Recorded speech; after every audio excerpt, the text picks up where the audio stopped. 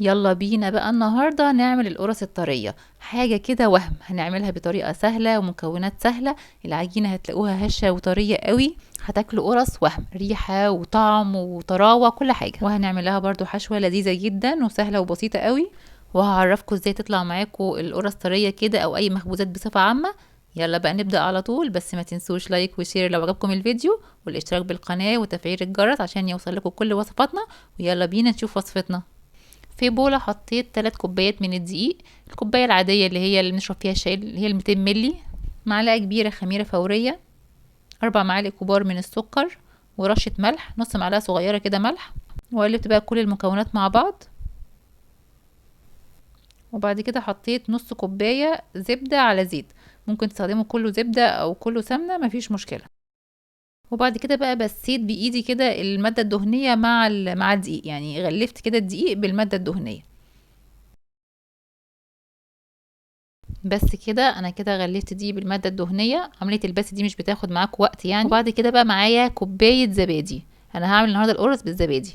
كوبايه زبادي اللي هو الحجم العادي، ال 100 جرام او ال 105 جرام. وهكمل عجن بقى بالميه. معايا كده كوبايه ميه، هنزل بيها شويه بشويه لغايه ما العجينه تلم معايا.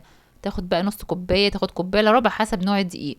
هننزل الميه شويه بشويه. واهم حاجه في المخبوزات عامه، سواء القرص او اي مخبوزات، عشان تطلع معانا طريه، لازم ما نشبعش العجينه بالدقيق، او السوائل تكون قليله فتكون العجينه مكتومه كده ومش بتدي وتاخد معانا بسهوله. يعني احنا لما بنعجن في الاول بتكون العجينه بتلزق، ومع العجن بقى بتلم. طيب لقيناها بتلزق قوي في ايدينا ومش بتلم ومحتاجه دقيق، نزود معلقه ونكمل عجن، هتلم معانا وتبقى مش بتلزق في ايدنا. انا كنت حطيت نص كوبايه ميه، لقيتها محتاجه دقيق تاني، زودت لها دقيق بالتدريج، خدت معايا حوالي ربع كوبايه بالظبط. يبقى انا استخدمت كده 3 كوبايات وربع من الدقيق. خلاص كده العجينه لمت ونعمت معايا خالص، عجينه طريه وهشه جدا. كمان هي عشان فيها زبادي فالعجينه طريه بزياده يعني. بس اهم حاجه في المخبوزات بصفه عامه عشان تطلع معاكم طريه مش المكونات، لا، اهم حاجه العجينه تكون طريه، ما نشبعهاش بالدقيق زي ما قلت لكم، والتسويه. وهنشوف هنسويها ازاي مع بعض. تمام كده معايا العجينه طريه مش بتلزق، وبتلزق حاجه بسيطه قوي، ده معناه ان هي طريه. هسيبها بقى في مكان دافي علشان تخمر.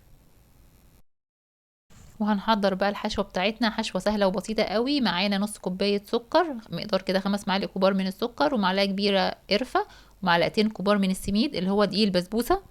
ونقلب كده كل المكونات مع بعض، ونربط بقى كل ده بشوية مية، يعني معلقة معلقتين مية، يعني حاجة بسيطة قوي، عشان احنا مش عايزين الخليط ده سايل، احنا عايزينه كده مرمل شبه الرملة المبلولة بالشكل ده. احنا عايزينه كده بالظبط. ومعانا بقى للوش سمسم وسكر، يعني 4 معالق كبار من السمسم، حطيت عليهم معلقتين كبار من السكر، ومعلقتين سمسم عليهم معلقه سكر، كفايه قوي المقدار اللي احنا عاملينه ده. دي العجينه اهي بعد ما خمرت.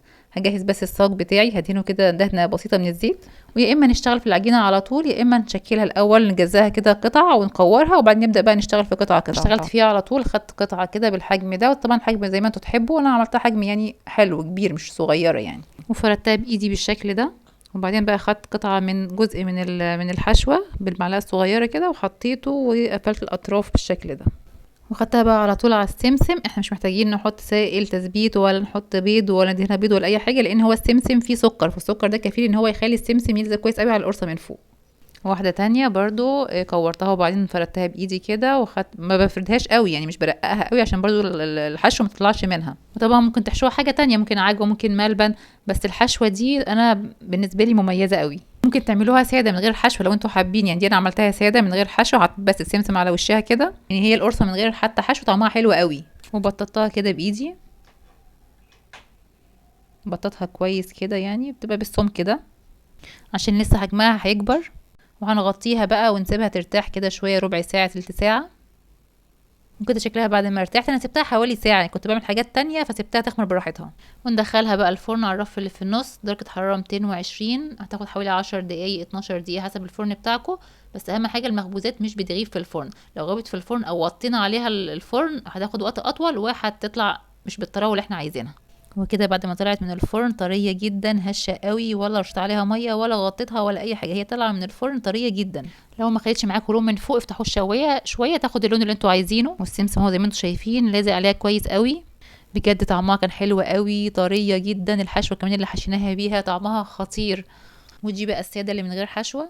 بجد حلوة قوي، لازم تجربوها بنفسكم عشان تعرفوا قد ايه هي لذيذة. بس ما تنسوش تكتبوا لي بالتعليقات عجبكم الفيديو ولا لا، وما تنسوش يا حلوين لايك وشير لو عجبكم الفيديو. وان شاء الله اشوفكم بوصفة جديدة سهلة وسريعة ولذيذة. اشوفكم على خير، مع السلامة.